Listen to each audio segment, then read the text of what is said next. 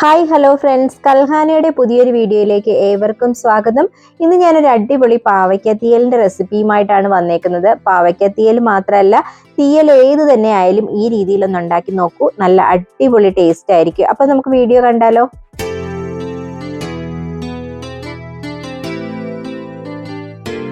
അതിന് വേണ്ടിയിട്ട് നമ്മുടെ ഗാർഡനിൽ നിന്ന് തന്നെ ഫ്രഷ് ആയിട്ട് പറിച്ചെടുത്തേക്കുന്ന പാവയ്ക്കയാണ്. ഒരു 5 പാവയ്ക്കയുണ്ട്. ഇതിനു മുമ്പ് പല പ്രാവശ്യം നമ്മുടെ ഗാർഡൻ കാണിച്ചിട്ടുണ്ട്, നമ്മുടെ പാവൽത്തോട്ടം കാണിച്ചിട്ടുണ്ട്. അതുകൊണ്ടാണ് ഇന്നത്തെ വീഡിയോയിൽ അത് ഒഴിവാക്കുന്നത്. അപ്പൊ നമുക്ക് തീയലുണ്ടാക്കാൻ തുടങ്ങാം. നമ്മുടെ പാവയ്ക്ക എല്ലാം ഇവിടെ അരിഞ്ഞുകൊണ്ട് വന്നേക്കുവാണ്. ഇത്രയും പാവയ്ക്ക ഒരു വലിയ ബേസിൽ നിറയെ കിട്ടിയിട്ടുണ്ട്. 5 പാവയ്ക്ക അരിഞ്ഞപ്പോൾ ഇനി ഇത്ര എടുക്കുന്നില്ല, ഇതിന്റെ പകുതി എടുക്കുന്നുള്ളൂ. ബാക്കി ഞാൻ ഫ്രിഡ്ജ് വെക്കുവാണ്. നാളെ മെഴുക്കുവരട്ടി വെക്കാനോ തോരൻ വെക്കാനോ ഒക്കെ എടുക്കാമെന്ന് വിചാരിച്ചിട്ട്. അപ്പോൾ ഇനി വേണ്ടത് തേങ്ങ വറുക്കണം നമുക്ക് ഈ തീയൽ ഉണ്ടാക്കാനായിട്ട്. അപ്പൊ തേങ്ങ വറുക്കുന്ന പ്രോസസ്സിലേക്ക് പോവാട്ടോ. ഒരു പാൻ ചൂടായപ്പോൾ അതിലേക്ക് ഒരു നാളികേരം ചിരകിയതിട്ട് കൊടുക്കുവാണ്. നമുക്ക് ഇത്രയും പാവയ്ക്കയില്ലേ, അപ്പോൾ ഒരു നാളികേരം വേണം കേട്ടോ. അതിലേക്ക് ഒരു 3 ചെറിയ ഉള്ളി വട്ടത്തിൽ അരിഞ്ഞതും കൂടെ ചേർത്ത് കൊടുക്കുവാണ്. ഇതിൽ നിന്ന് നന്നായിട്ട് വറുത്തെടുക്കണം. ഈ തേങ്ങ വറുത്ത് വരുന്നതിന്റെ അനുസരിച്ചിരിക്കും നമ്മുടെ തീയലിന്റെ ടേസ്റ്റ് കേട്ടോ. സമയം എടുത്ത് തന്നെ ഇത് വറുക്കണം. തീ കൂട്ടി വെച്ച് ഇതിനെ കരിച്ചു കളയരുത്. ഇപ്പൊ ഈ തേങ്ങയുടെ വെള്ളമൊക്കെ വലിഞ്ഞ് ഒന്ന് ഡ്രൈ ആയി വന്നിട്ടുണ്ട്. ഈ സമയത്ത് നമുക്ക് കുറച്ച് സാധനങ്ങൾ ഇതിലേക്ക് ചേർത്ത് കൊടുക്കണം. ആദ്യം ചേർക്കുന്നത് 1/2 ടീസ്പൂൺ ഉലുവയാണ്, പച്ച ഉലുവയാണ്. അതുപോലെ 1.5 ടേബിൾ സ്പൂൺ പച്ചമല്ലിയാണ്. നിങ്ങൾ പച്ചമല്ലി ഉണ്ടെങ്കിൽ പച്ചമല്ലി തന്നെ ചേർക്കുക, അതാണ് ഇതിന്റെ ഓതന്റിക് ടേസ്റ്റ്. പിന്നെ ചേർത്ത് കൊടുക്കുന്നത് ഒരു 4 കാശ്മീരി ചില്ലിയും അതുപോലെ 4 എരിവുള്ള മുളകുമാണ്. നിങ്ങൾ എരിവുള്ള മുളക് മാത്രമാണ് ചേർക്കുന്നതെങ്കിൽ ഒരു 6 മുളക് ചേർക്കണേ, വെറ്റൽ മുളക്. ഞാൻ കാശ്മീരി ചില്ലി ആയതുകൊണ്ടാണ് ഇപ്പൊ 8 എണ്ണം ചേർത്തേക്കുന്നത്. ഞാൻ ഉദ്ദേശിച്ചത് കാശ്മീരി ചില്ലിയും വറ്റൽമുളകും കൂടെ സാധാ മുളകും കൂടെ ചേർത്തിട്ട് 8 മുളക്, അങ്ങനെയാ പറഞ്ഞു. അതിന്റെ കൂടെ കുറച്ച് കറിവേപ്പിലയും കൂടെ ചേർക്കുവാണേ. ഞാൻ തണ്ടോടെ ചേർക്കുവാണ്. അത് തണ്ടും കൂടെ അരിഞ്ഞ് ചേരുമ്പോൾ നല്ലൊരു മണമായിരിക്കും കറിക്ക്. അപ്പൊ അതിങ്ങനെ തന്നെ ഇട്ട് വറുത്ത് കൊടുക്കാൻ പോവുകയാണ്. ഈ സമയത്ത് നമുക്ക് 1 ടീസ്പൂണ് വെളിച്ചെണ്ണയും കൂടെ ചേർക്കാം. എൻ്റെ വെളിച്ചെണ്ണ ഇവിടെ തണുപ്പായതുകൊണ്ട് ഉറഞ്ഞു പോയി. ഇതൊരു ടീസ്പൂണോളം വെളിച്ചെണ്ണയുണ്ട്. അപ്പൊ അതുകൂടെ ചേർത്ത് നമ്മൾ ഇനിയിപ്പോൾ ഒന്ന് ഫ്രൈ ചെയ്യാൻ പോവുകയാണ്. കാരണം ഈ തേങ്ങയുടെ വെള്ളമൊക്കെ വലിഞ്ഞു കഴിഞ്ഞ സമയത്താണ് നമ്മൾ വെളിച്ചെണ്ണ ചേർത്ത് കൊടുക്കേണ്ടത്. അപ്പോൾ തേങ്ങ മൂത്ത് വരുന്ന സമയം കൊണ്ട് നമുക്കിവിടെ കഷ്ണങ്ങളൊന്ന് വേവിക്കാം. അതിനായിട്ട് 1 ടീസ്പൂൺ വെളിച്ചെണ്ണയാണ് ആ കടായിലേക്ക് ഒഴിച്ചു കൊടുത്തേക്കുന്നത്.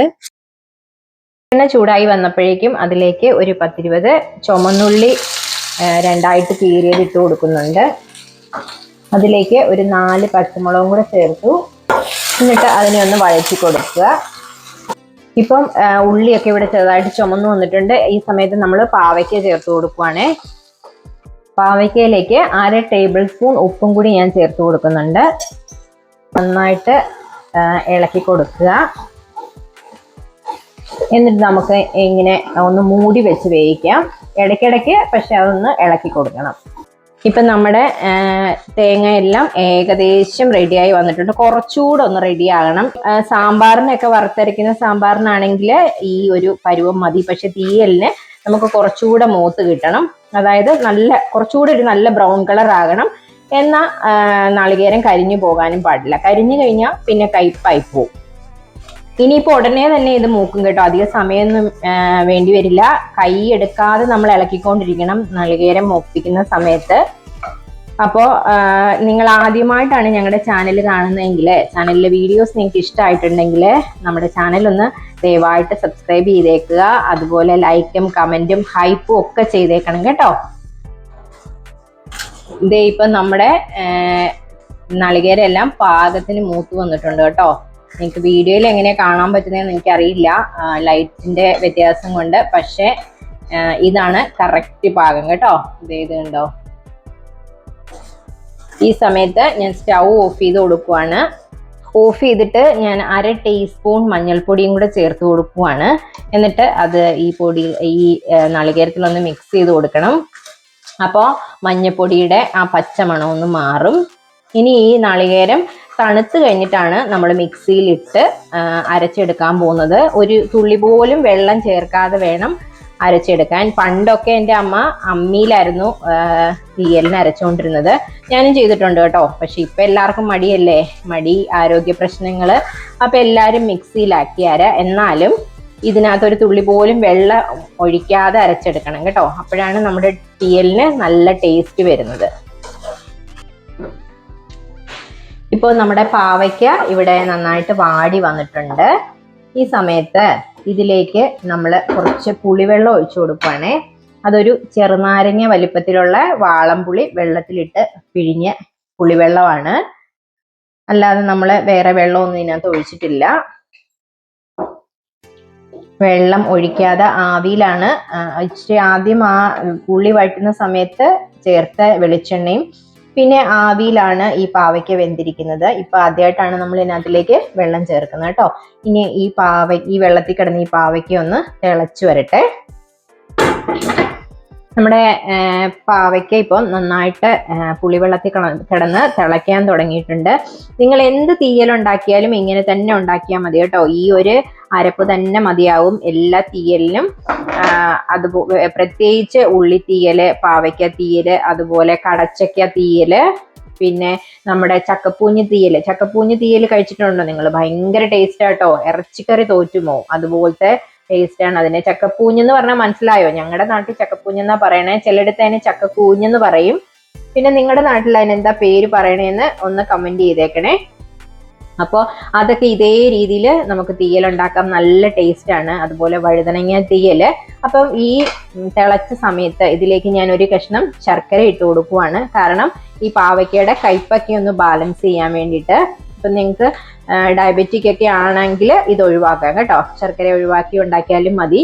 ഇത് ഈ പുളി ചേർക്കുമ്പോൾ തന്നെ കയ്പ് ഒരുവിധം കുറയും. പക്ഷെ ഞാൻ ഈ ശർക്കരയും കൂടെ ചേർക്കുമ്പോൾ ഇതിനൊരു പ്രത്യേക സ്വാദാണ്. അപ്പൊ അതുകൊണ്ടാണ് കുറച്ച് ശർക്കര ചേർത്ത് കൊടുത്തത്. കയ്പൊക്കെ ഒന്ന് ബാലൻസ് ആയി.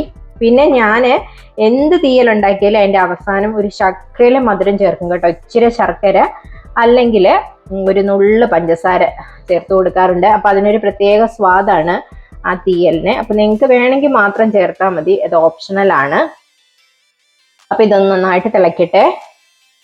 നാളികേരം വറുത്തത് ഒരു മിക്സിയുടെ ചെറിയ ജാറിലേക്ക് ഇട്ട് കൊടുത്തേക്കുവാണ്. ഇതൊട്ടും വെള്ളം ചേർക്കാതെയാണ് നമ്മളിപ്പം അരയ്ക്കാൻ പോകുന്നത്. അത് ഒന്ന് പൊടിഞ്ഞു വരുമ്പോഴേക്കും നമുക്കറിയാം ഇതിനകത്ത് എണ്ണ ഊറി വരുമോ ഇല്ലേന്ന്. എണ്ണ ഇറങ്ങി വരുന്നുണ്ടെങ്കിൽ അത് മാത്രം മതി ഇത് അരയാനായിട്ട്. തീരെ അരയുന്നില്ല എങ്കിൽ മാത്രം ഒരു സ്പൂൺ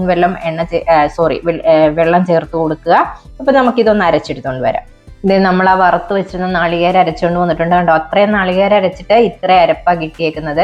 ഒരു തുള്ളി പോലും വെള്ളം ചേർത്തല്ല കേട്ടോ. ആ നാളികേരത്തിന്റെ ആ എണ്ണയില് ഇങ്ങനെ അരഞ്ഞു വന്നത് അത്. ഇപ്പൊ ഈ അരപ്പ് നമ്മൾ ഈ പാവയ്ക്കയിലേക്ക് ഒഴിച്ചു കൊടുക്കാൻ പോവുകയാണ്. വേറെ വെള്ളം ഒന്നും ചേർക്കുന്നില്ല കേട്ടോ. ഇനി നന്നായിട്ടൊന്ന് മിക്സ് ചെയ്ത് കൊടുക്കുക.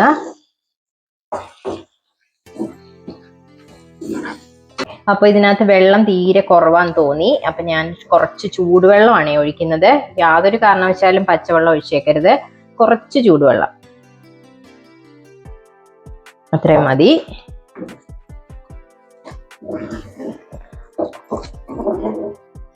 ഈ സമയത്ത് നമ്മൾ ഉപ്പും പുളിയും എല്ലാം നോക്കണം. എനിക്ക് കുറച്ചുകൂടെ ഉപ്പ് ചേർക്കേണ്ടി വന്നു. എന്നിട്ട് ഇത് തീ കുറച്ച് വെച്ച് ഒന്ന് തിളപ്പിക്കുവാണേ. നമ്മുടെ തീയലിപ്പോ നന്നായിട്ട് എണ്ണയൊക്കെ മുകളിൽ തെളിഞ്ഞ് കുറുകിയ ഒരു കൺസിസ്റ്റൻസിയിലേക്ക് വന്നിട്ടുണ്ട് കണ്ടോ. ഇനി ഈ തീയലി ചേർക്കാനായിട്ട് ഒരു താളിപ്പ് ഉണ്ടാക്കണം. നമ്മൾ കടുക് താളിച്ചുകൊണ്ട് വന്നിട്ടുണ്ട്. കടുകും മുളകും കറിവേപ്പിലയും മാത്രമേ ഉള്ളൂ. അത് ഇതിലേക്കൊന്ന് ഒഴിച്ചു കൊടുക്കുവാണ്. അപ്പോൾ രുചികരമായ നല്ല പാവയ്ക്ക തീയൽ ഇവിടെ റെഡി ആയിട്ടുണ്ട്. അപ്പൊ ഇതുവരെ നിങ്ങൾ ഇങ്ങനെ പാവയ്ക്ക തീയൽ ഉണ്ടാക്കിയിട്ടില്ലെങ്കിൽ ഇങ്ങനെ ഈ രീതിയിൽ തന്നെ ട്രൈ ചെയ്ത് നോക്കണേ. നല്ല അടിപൊളി ടേസ്റ്റ് ആണ്. അപ്പം ആരും മറന്നു പോകണ്ട ലൈക്ക് ചെയ്യാനും കമന്റ് ചെയ്യാനും ഹൈപ്പ് ചെയ്യാനും. Thank you. ബൈ.